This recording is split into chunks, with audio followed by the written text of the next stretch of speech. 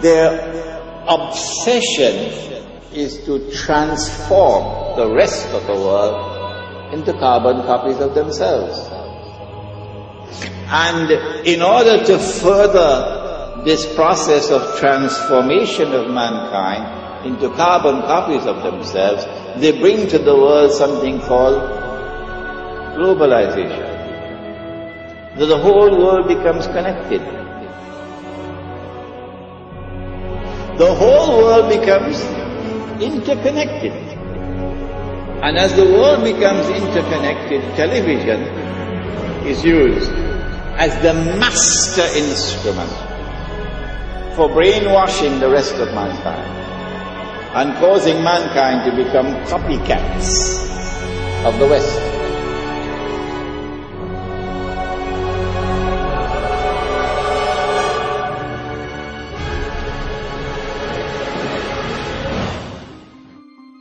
So in a sense, what we're seeing is using branding that is so enmeshed in our culture and in our lives as a way back into our own societies, a way to engage with globalization. Because if you pick up a shoe now, you have the story of globalization in your hand. You have leather that was maybe produced in Argentina, shipped to the Philippines, produced by a Korean subcontractor that went through a Hong Kong broker that was dealing with a company in Oregon.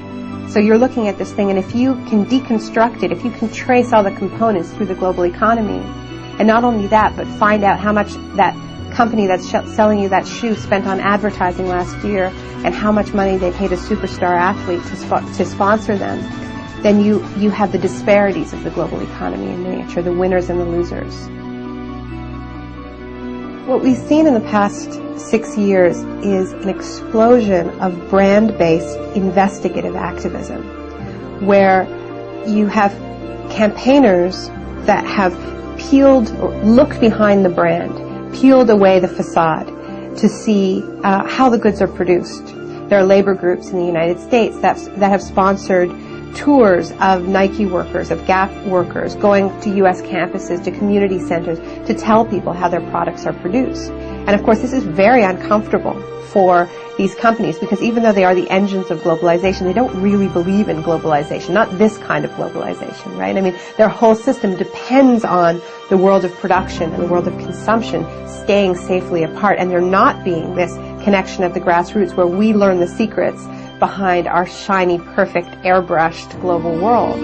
So now these brands have become, in many ways, the most visible targets of globalization, so much so that whenever you see a protest, during a protest, there'll be a line of riot cops guarding the Starbucks, guarding the Gap, guarding the McDonald's. And this strikes me as tremendously symbolic, somehow, that they're guarding the facade, the entry point into the world of globalization.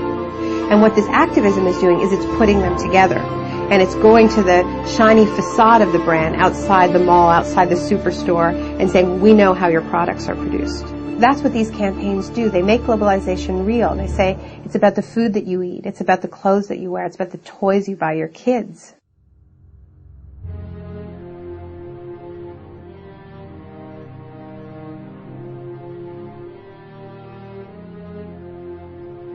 Globalization is a system that ties in industries from around the world to be working for the same business interests.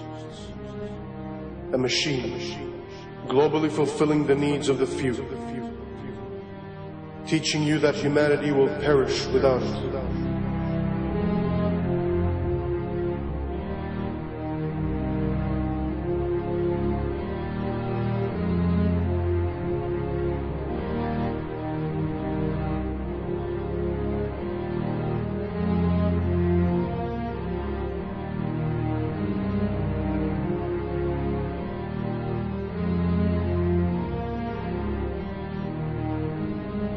In a globalized world, corporations become living, breathing persons, a modern-day slave master.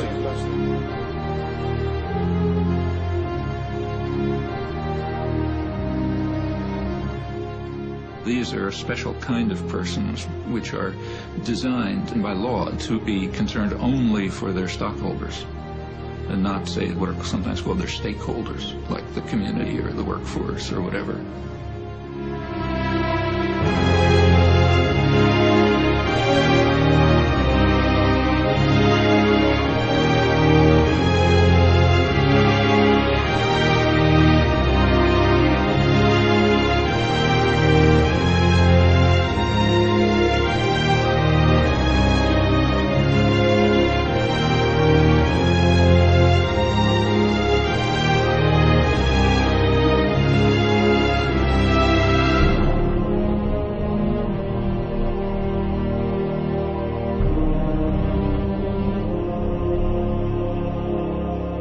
We are deceived into believing that without the system, we won't survive. But in fact, the system won't survive without our support. Just like a beehive, it needs its drones.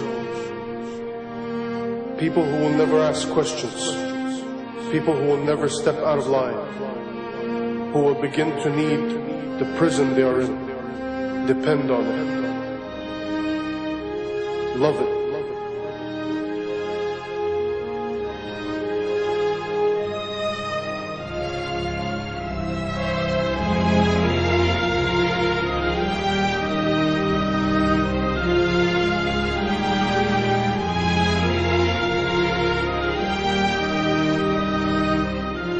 Have we lost our humanity? Have we become the gears of the machine? A machine which only survives by feasting on us, guzzling us up, digesting us, only to excrete out its capital.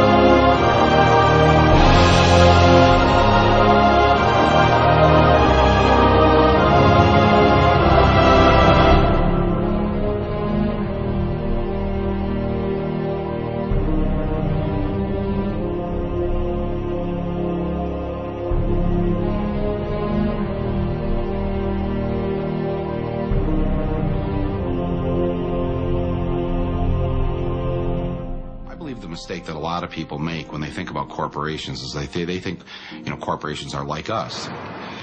General Electric is a kind old man with lots of stories. Nike. Young. Energetic. Microsoft. Aggressive. McDonald's. Young. Outgoing. Monsanto. Immaculately dressed. Disney. Goofy. The Body Shop. Deceptive.